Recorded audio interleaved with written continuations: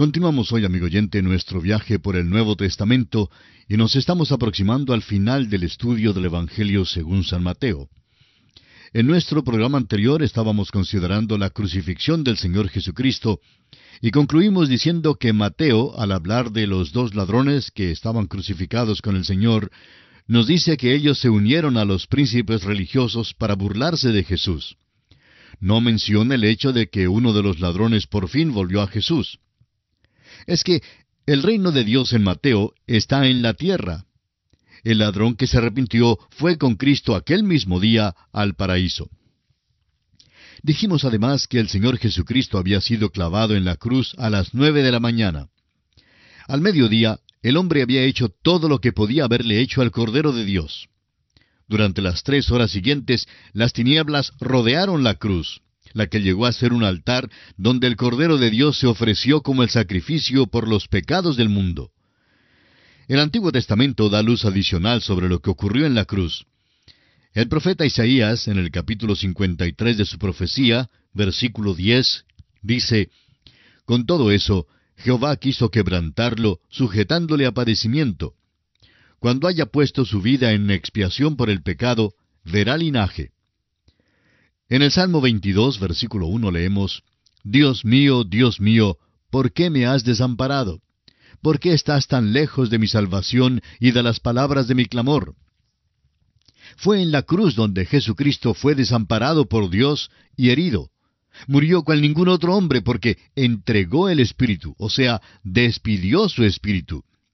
Cuando nosotros sentimos el estertor de la muerte, hacemos lo posible por conservar aquel resuello final porque queremos tanto la vida. El Señor Jesús murió de buena gana y dejó voluntariamente que su espíritu saliera de su cuerpo. Consideremos ahora los incidentes relacionados con la muerte de Jesús. El Espíritu de Dios cubrió la cruz con un manto de silencio para que usted y yo no la miráramos para satisfacer nuestra curiosidad. Él murió allí por los pecados suyos y por los pecados míos. El versículo 51 de este capítulo 27 del Evangelio según San Mateo nos dice: «Y he aquí, el velo del templo se rasgó en dos, de arriba abajo, y la tierra tembló, y las rocas se partieron». En la muerte de Cristo, algunas cosas muy notables sucedieron. Una de ellas fue un terremoto, y otra fue la rotura del velo del templo, no de abajo hacia arriba, sino de arriba hacia abajo. No fue el hombre quien rasgó el velo, fue Dios quien lo hizo. El velo habla de la carne de Jesús. Cuando se rasgó su carne en la cruz, Cristo había pagado la pena de nuestros pecados en su propio cuerpo, y el camino a Dios había quedado bien abierto. Su vida estaba simbolizada por el velo que realmente excluía al hombre de la presencia de Dios. En el Evangelio según San Juan, capítulo 14, versículo 6, leemos: Jesús le dijo: «Yo soy el camino, y la verdad, y la vida. Nadie viene al Padre, sino por mí». Ya no nos hace falta un sacerdote ni un predicador para mediar por nosotros. Nadie tiene que acercarse a Dios por nosotros. Podemos acercarnos directamente al trono de Dios como pecadores por medio de Cristo. Permítanos poner énfasis sobre el hecho de que el único camino que podemos tomar para llegar a Dios es el Señor Jesucristo. Cuando Él murió en la cruz y entregó el Espíritu, pagó allí por los pecados suyos y los míos, como dice el apóstol Pablo en su primera carta a Timoteo capítulo 2, versículo 5.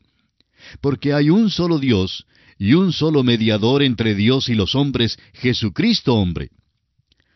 Ahora leamos los versículos 52 y 53 de este capítulo 27 de Mateo. «Y se abrieron los sepulcros, y muchos cuerpos de santos que habían dormido se levantaron, y saliendo de los sepulcros después de la resurrección de Él, vinieron a la santa ciudad y aparecieron a muchos». Este es uno de los milagros extraños relacionados con la muerte de Cristo. El terremoto no fue una casualidad, sino un acontecimiento inteligente, en el cual se abrieron los sepulcros de muchos santos que habían dormido, y sus cuerpos se levantaron. Solo ciertos santos fueron levantados de la muerte, y creemos que fueron parte de la compañía que fue al cielo cuando Él llevó cautiva la cautividad en su ascensión, de que nos habla el apóstol Pablo en su carta a los Efesios, capítulo 4, versículos 7 al 10. No disponemos de tiempo suficiente para hablar en detalle en cuanto a esto, pero note usted que los que se levantaron de los muertos fueron testigos de lo que aconteció. Prosigamos ahora con los versículos 54 al 56 de este capítulo 27 de Mateo. El centurión y los que estaban con él guardando a Jesús, visto el terremoto y las cosas que habían sido hechas, temieron en gran manera y dijeron, verdaderamente éste era Hijo de Dios. Estaban allí muchas mujeres mirando de lejos, las cuales habían seguido a Jesús desde Galilea, sirviéndole, entre las cuales estaban María Magdalena, María la madre de Jacobo y de José, y la madre de los hijos de Zebedeo.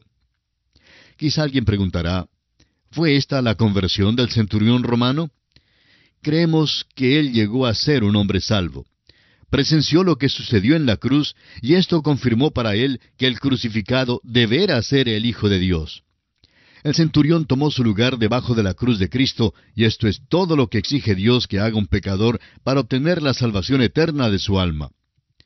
Note usted este incidente tierno relacionado con la muerte de Cristo. Algunas mujeres eran leales y se quedaron al lado de la cruz. Eran leales aun cuando los apóstoles habían huido. ¿Recuerda usted la declaración en Mateo 26:56? Mas todo esto sucede para que se cumplan las escrituras de los profetas. Entonces todos los discípulos, dejándole, huyeron. Ahora leamos los versículos 57 al 61 de Mateo capítulo 27. Cuando llegó la noche, vino un hombre rico de Arimatea, llamado José, que también había sido discípulo de Jesús. Este fue a Pilato y pidió el cuerpo de Jesús. Entonces Pilato mandó que se le diese el cuerpo. Y tomando José el cuerpo, lo envolvió en una sábana limpia, y lo puso en su sepulcro nuevo, que había labrado en la peña, y después de hacer rodar una gran piedra a la entrada del sepulcro, se fue. Y estaban allí María Magdalena y la otra María, sentadas delante del sepulcro. Después de su muerte, el Señor fue tocado solamente por manos cariñosas. Este hecho audaz de José de Arimatea ha causado que su nombre fuese inscrito en las páginas de la eterna palabra de Dios. Era un discípulo secreto de Jesús hasta aquel momento. Pero cuando Jesús murió en la cruz, José dio un paso al descubierto y declaró así su fe. Fue hasta donde Pilato y le pidió el cuerpo de su Salvador. Juan nos dice en su Evangelio que José y Nicodemo vinieron trayendo un compuesto de mirra y de áloes, como 100 libras, para ungir el cuerpo de Jesús. El evento de la muerte de Cristo causó la dispersión de algunos de sus seguidores, pero trajo a otros al descubierto. Leamos ahora los versículos 62 al 66 de este capítulo 27 del Evangelio según San Mateo. Al día siguiente, que es después de la preparación, se reunieron los principales sacerdotes y los fariseos ante Pilato, diciendo, Señor, nos acordamos que aquel engañador dijo, viviendo aún, después de 3 días resucitaré. Manda pues que se asegure el sepulcro hasta el tercer día, no sea que vengan sus discípulos de noche y lo hurten, y digan al pueblo, resucitó de entre los muertos, y será el postrer error peor que el primero. Y Pilato les dijo, ahí tenéis una guardia, id a asegurarlo como sabéis. Entonces ellos fueron y aseguraron el sepulcro, sellando la piedra y poniendo la guardia. Parece que cuando el Señor les dijo a sus discípulos que Él resucitaría el tercer día, ellos lo informaron a muchas otras personas. Al parecer, las noticias llegaron también a los príncipes religiosos, quizá en el último momento, y ellos entonces, preocupados, hicieron algunos arreglos con los romanos para asegurarse de que el cuerpo del Señor quedara en el sepulcro. Y precisamente este mismo hecho hizo mucho más difícil su disculpa más tarde de que alguien se había llevado el cuerpo en el tercer día, así como lo vemos en Mateo 28, versículos del 12 al 14. El celo del enemigo realmente dio la confirmación de su resurrección. La esperanza del mundo quedó muerta dentro del sepulcro de José de Arimatea. La tumba sellada y la guardia romana garantizaban a los enemigos del rey que él se quedaría allí. Sin embargo, el rey había prometido que resucitaría de los muertos, y así el Rey de Reyes cumplió su palabra. Y así, amigo oyente, concluimos nuestro estudio del capítulo 27 del Evangelio según San Mateo. Nos encontramos ahora en el último capítulo de este Evangelio, el capítulo 28. Este capítulo comprende la resurrección de Jesús y la gran comisión. Los dos grandes hechos que son el cimiento firme de la fe cristiana son la muerte y resurrección del Señor Jesucristo. El apóstol Pablo en su primera carta a los Corintios, capítulo 15, versículos 3 y 4, confirma esto diciendo: «Porque primeramente os he enseñado lo que asimismo recibí, que Cristo murió por nuestros pecados conforme a las Escrituras, y que fue sepultado y que resucitó al tercer día conforme a las Escrituras». El apóstol Pablo, autor de la mayor parte del Nuevo Testamento, escribió estas palabras bajo la guía del Espíritu Santo. Ambos hechos son esenciales para la fe salvadora. El hecho singular del Evangelio es la resurrección. Todas las otras religiones registran la muerte de su líder, pero solo la fe cristiana registra la resurrección de su fundador. Todos los otros líderes religiosos han quedado muertos. En cambio, solo Jesús vive. Es importante e imperativo que lo sepamos. Ningún escritor de los Evangelios da todos los detalles que tienen que ver con la resurrección. Cada uno cuenta aquel aspecto de la resurrección que contribuye al adelanto del propósito específico que el Espíritu Santo tenía en consideración. Por eso, los 4 Evangelios presentan un cuadro de varios componentes. Ningún escritor busca dar la historia entera, sino la parte que sirva a su propósito. Todos los relatos de los Evangelios deben ser juntados para obtener un cuadro total, y ningún conflicto ni contradicción aparecerá entre ellos. Mateo presenta a Jesús como el Rey. Él da lo más notable de la historia de la resurrección, o sea, lo que contiene el elemento de lo espectacular y sensacional. Hay un son de trompetas en el relato dado en Mateo. En Mateo, por ejemplo, hay el terremoto, el descenso del ángel, la piedra quitada, los guardias, y el esfuerzo de los príncipes religiosos por encubrir el hecho del sepulcro vacío. Compare usted el relato de Lucas, por ejemplo. Hay una quietud y un tono sumiso que caracteriza el propósito de Lucas. Las mujeres llegan en la tranquilidad de la madrugada y encuentran que la piedra ya había sido removida. El Señor Jesús aparece sin ser reconocido por los discípulos en el camino oscuro a Emaús, y luego a los discípulos en un cuarto secreto de una casa cuya dirección no es conocida. Lucas cuenta la historia humana. Mateo, por su parte, presenta a Cristo en su oficio majestuoso. Ambas historias son exactas, así como lo son las historias de todos los 4 evangelios, pero son presentadas desde 4 puntos de vista diferentes. La gran comisión en Mateo ha sido una fuente de controversia entre 2 grupos extremos en la iglesia. Un grupo cree que la llamada Gran Comisión contiene el único mandamiento para la iglesia. Otros creen que la Gran Comisión no tiene significado para el día de hoy y que debe ser excluida del programa de la iglesia. Ambos puntos de vista extremos nos parecen igualmente incorrectos. Hemos tratado de enseñar que el Evangelio según San Mateo tiene una aplicación directa para nosotros y por tanto la Gran Comisión tiene una aplicación para nosotros hoy en día. Eso no quiere decir, sin embargo, que no encontremos un significado final y más lleno en el futuro. También es obvio que Mateo no dio la historia completa de la resurrección ni nos dio toda la comisión. La comisión en el Evangelio según San Mateo debe ser considerada con Hechos, capítulo 1, versículo 8, tanto como con los otros 3 evangelios. Todos estos dan un mandamiento completo, tanto para el presente día como para el futuro. Hay una palabra final de introducción que debe ser mencionada al llegar a este capítulo final. En el Evangelio según Mateo encontramos la gran comisión, pero no es la comisión sino la omisión la que es impresionante.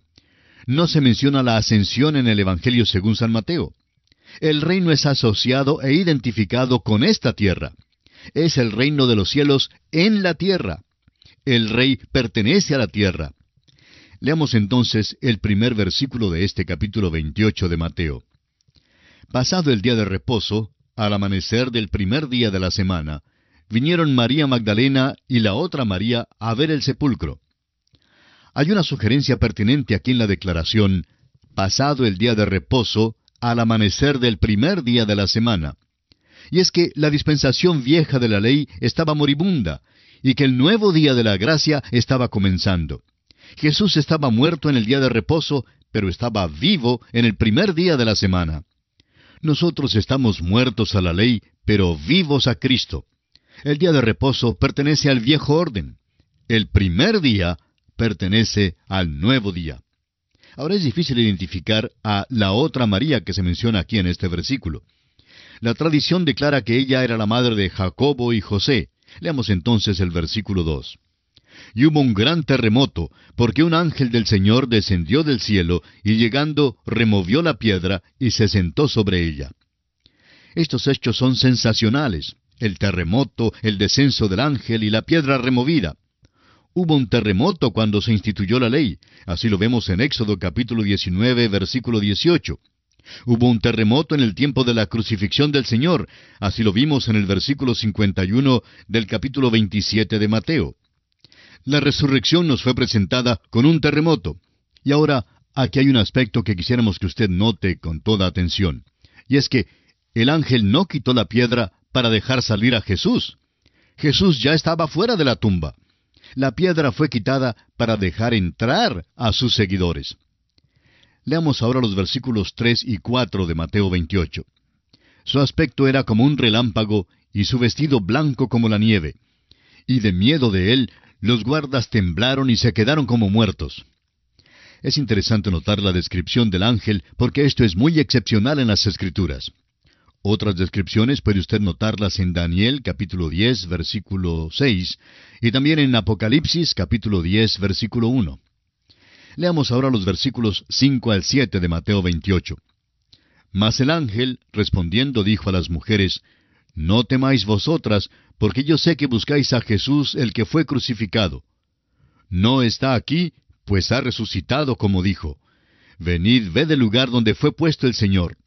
E id pronto y decid a sus discípulos que ha resucitado de los muertos, y he aquí va delante de vosotros a Galilea. Allí le veréis. He aquí os lo he dicho. Cuando lo sobrenatural toca lo natural, siempre es con una palabra para aliviar el temor. Por tanto, el ángel dijo: No temáis.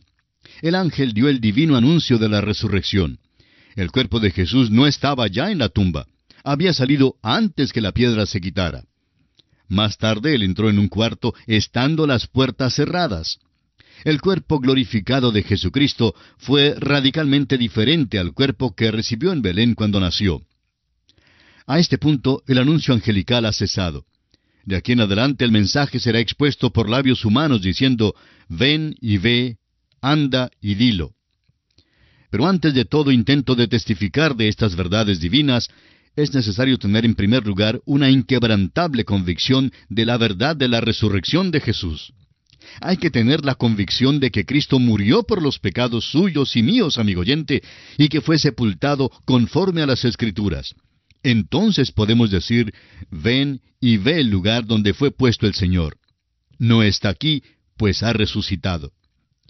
Con esta convicción muy dentro de nuestro corazón, podemos ir deprisa y avisar al mundo que estamos listos para ir y compartir el mensaje de las buenas nuevas de salvación en Jesucristo. Y así, amigo oyente, llegamos por hoy al final de este programa. Para considerar la última parte de este capítulo 28 del Evangelio según San Mateo, volveremos, Dios mediante, en nuestro próximo programa. Será pues, hasta entonces, es nuestra oración que el Señor le bendiga abundantemente.